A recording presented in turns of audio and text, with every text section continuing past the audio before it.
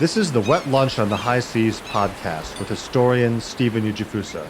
Business, history, and culture with a nautical twist.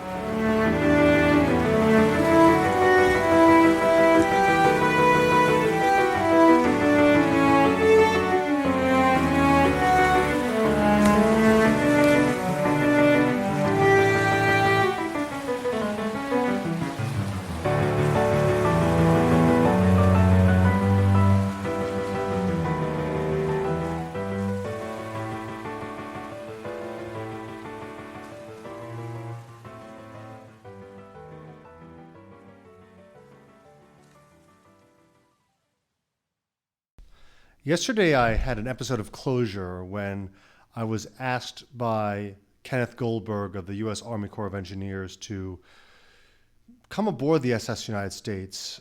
For the last time, I had mixed feelings about this. I felt I'd already said goodbye to this ship, which had been such an integral part of my life, my writing life, since 2007 when I wrote the first article on the SS United States in planphilly.org. And that's what led to the book deal of the book that eventually became A Man, a Ship, about the SS United States and William Francis Gibbs. Last week, after speaking at the CATS JCC in Central Jersey, was on the way home and I was driving across the Walt Whitman Bridge and I saw that the ship's stacks were all lit up and decided to pull over to the IKEA and look at the ship for one last time. And I saw people painting. I saw about 3 artists painting images of the ship. And I also saw people in front of the ship taking pictures. And then I went up to the fence and I saw all of these notes and letters that people had written mourning the departure of the ship. And that was extremely touching, seeing how even 70 odd years after this ship's construction, people still are drawn to this ship in spite of her decrepit condition. And people saying things like, SS United States, you deserved better, we will miss you, was pretty incredible. But yesterday I got the opportunity to tour the SS United States for one last time. I had last been aboard, I believe, in 2016 with my wife Alexandra. And I was asked by Ken Goldberg if I wanted to bring along a guest, and this was a very last minute thing, and the person who I thought would really want to come along, he had never been aboard, was my friend Andrew Colquitt, who is a U.S. Army veteran, and his own father, George Colquitt, owned a company that helped lay the carpets for the SS United States back in 1951, 1952. And he said yes, and we went aboard the ship with a group of other people to get one last look at the ship.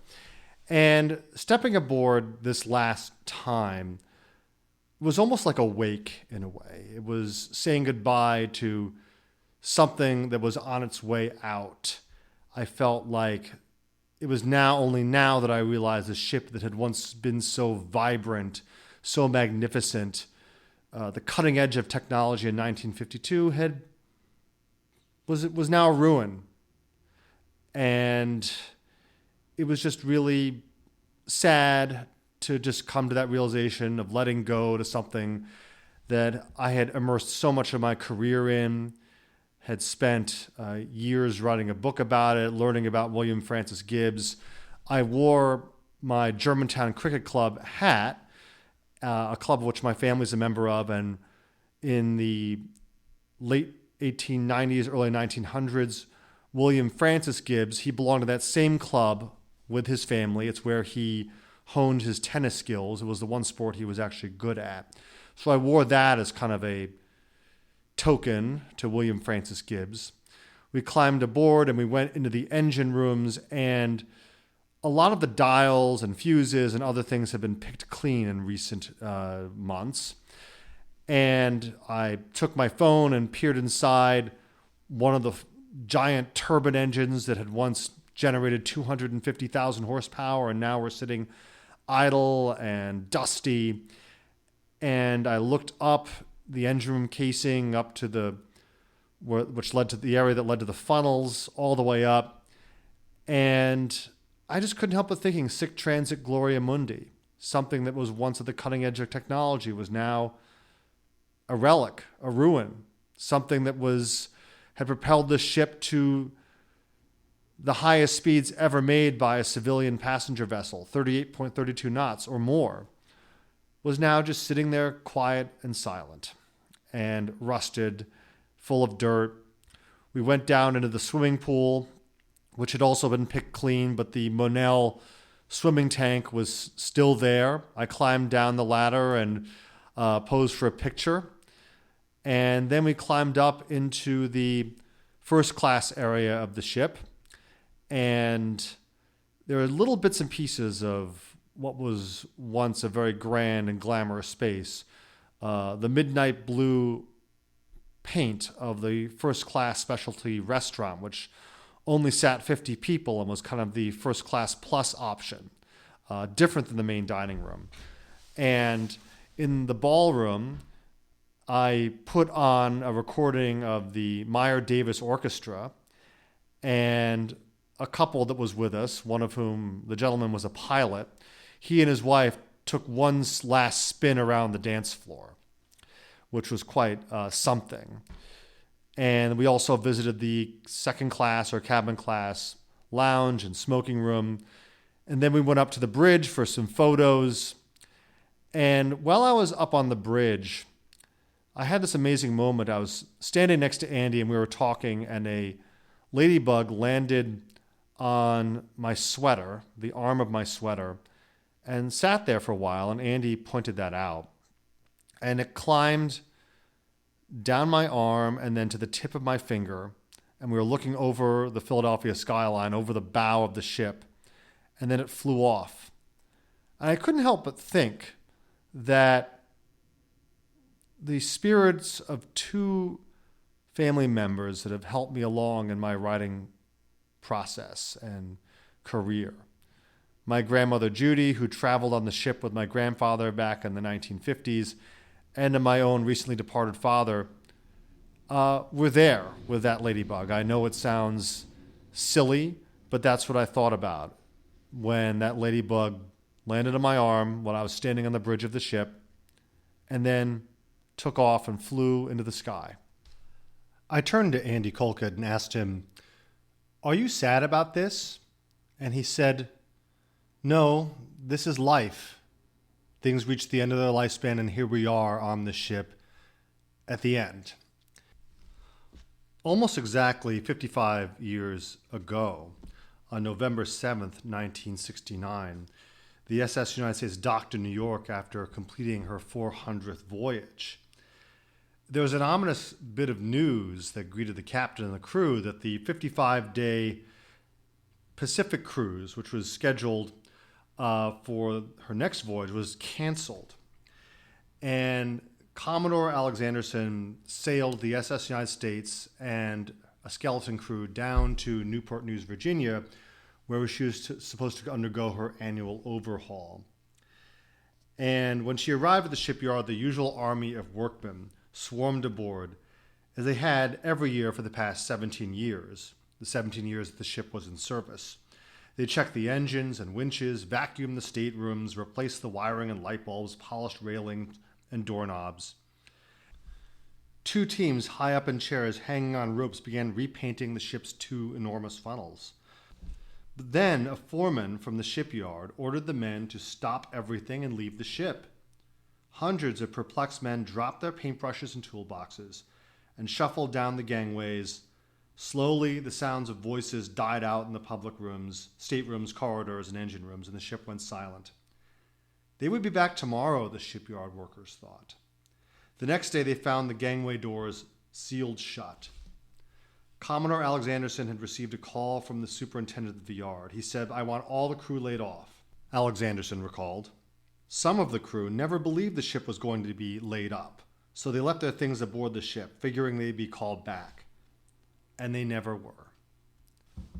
One executive of the United States Lines put it this way: "Our gross revenues today on the SS United States are $18 million, about the same in 1953 when the vessel first came out.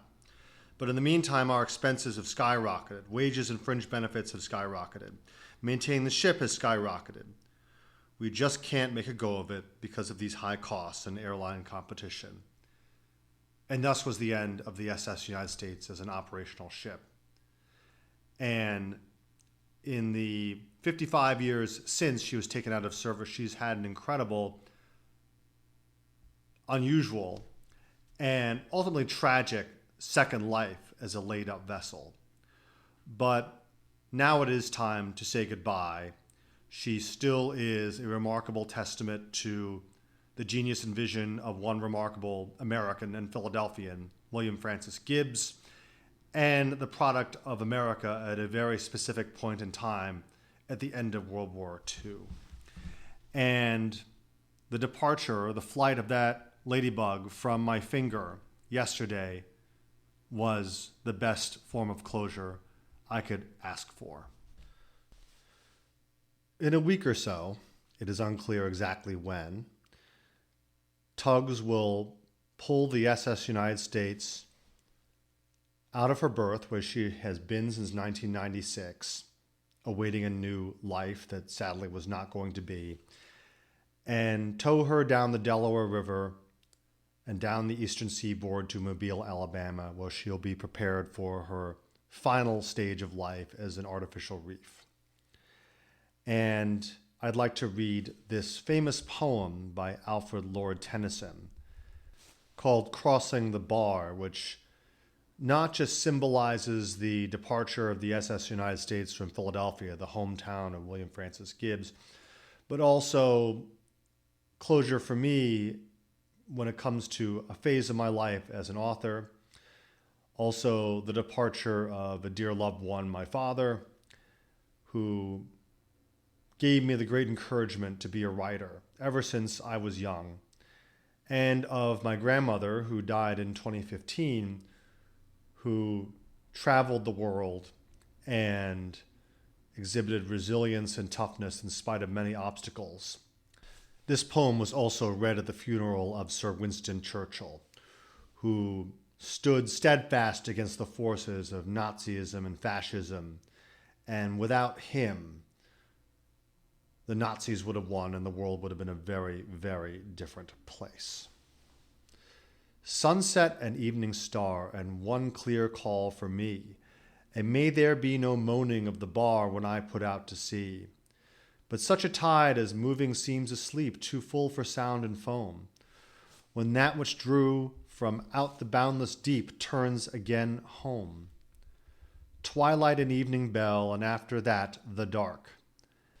And may there be no sadness of farewell when I embark. For though from out our bourne of time and place the flood may bear me far, I hope to see my pilot face to face when I have crossed the bar.